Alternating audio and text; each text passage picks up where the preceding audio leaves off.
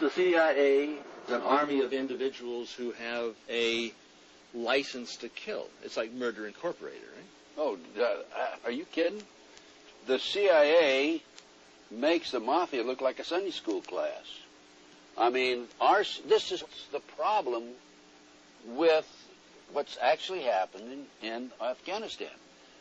Look, the CIA has done in this country, what they've done to us is unbelievable.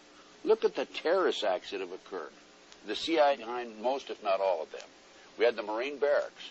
We had our embassy in Kenya. We had Pan Am 103. We had the USS Cole. We had Oklahoma City. We had the World Trade Center in 1993.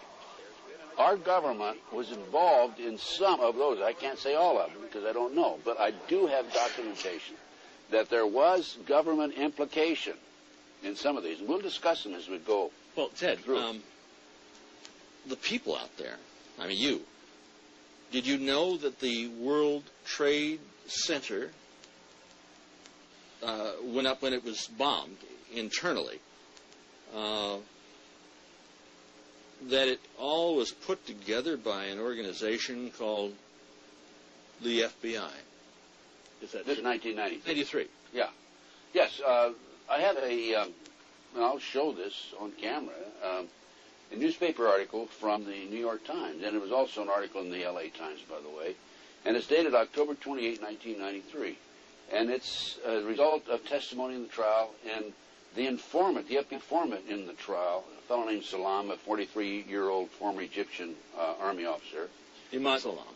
Right. He was the informant for the FBI.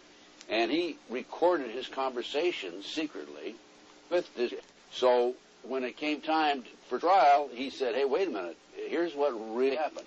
Now, he told the FBI in advance that they were going to bomb it. He was assigned, given the assignment to put the bomb together. And he went to his supervisor, his FBI supervisor, and said, we're going to put a dummy bomb in here, right? And the FBI supervisor said, no, we're going to put a real bomb. Oh, wait a minute. Let's name names. John Antisef was the supervisor. Yeah, he was the supervisor for the FBI, and he winds up in with having something to do with the Kenya investigation. So here's a guy who's involved in setting up the World Trade Center for to be blown up, and it resulted in the deaths of six individuals, over 1,000 injured. Nearly $100 million. $500 million. A lot of millions of dollars. Millions of dollars, yeah. And in debt property damage. Right. Now, if justice were done, the FBI agent would be not only in jail, but executed for murder in the first degree. And is the chief suspect in the attack upon the World Trade Center on September 11th, is not the chief suspect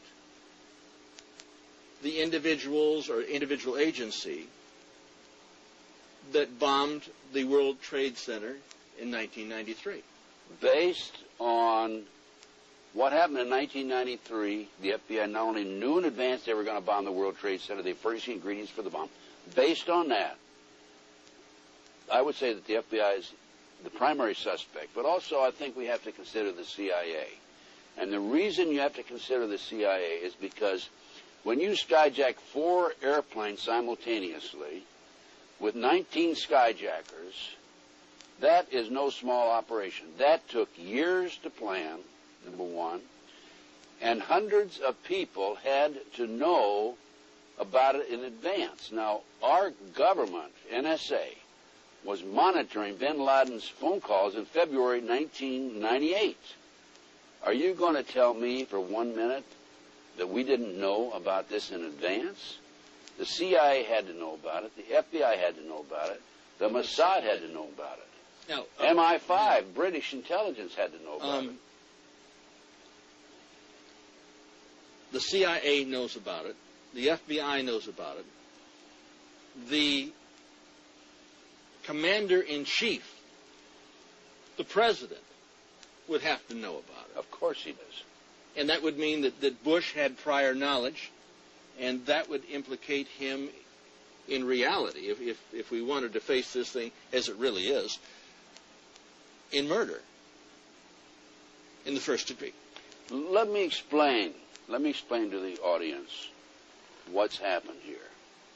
Okay, back in the 80s, 1980s, the Department of Justice proposed legislation to fight terrorism. And this legislation took away many of our constitutional rights and civil liberties. One of the authors, a female attorney with the Department of Justice, publicly made this statement. I've got her name on my file someplace, that before this passes, people will have to be killed. Well, so that was the reason, I feel, for the 1993 World Trade Center bombing. Unfortunately for them, fortunately for us, the good guys, there were only 6 people killed, not enough to pass the legislation. So what happened is 3 years later, no, 93, 2 years later, April 19, 1995, down comes Oklahoma City Murrah building, 168 people killed.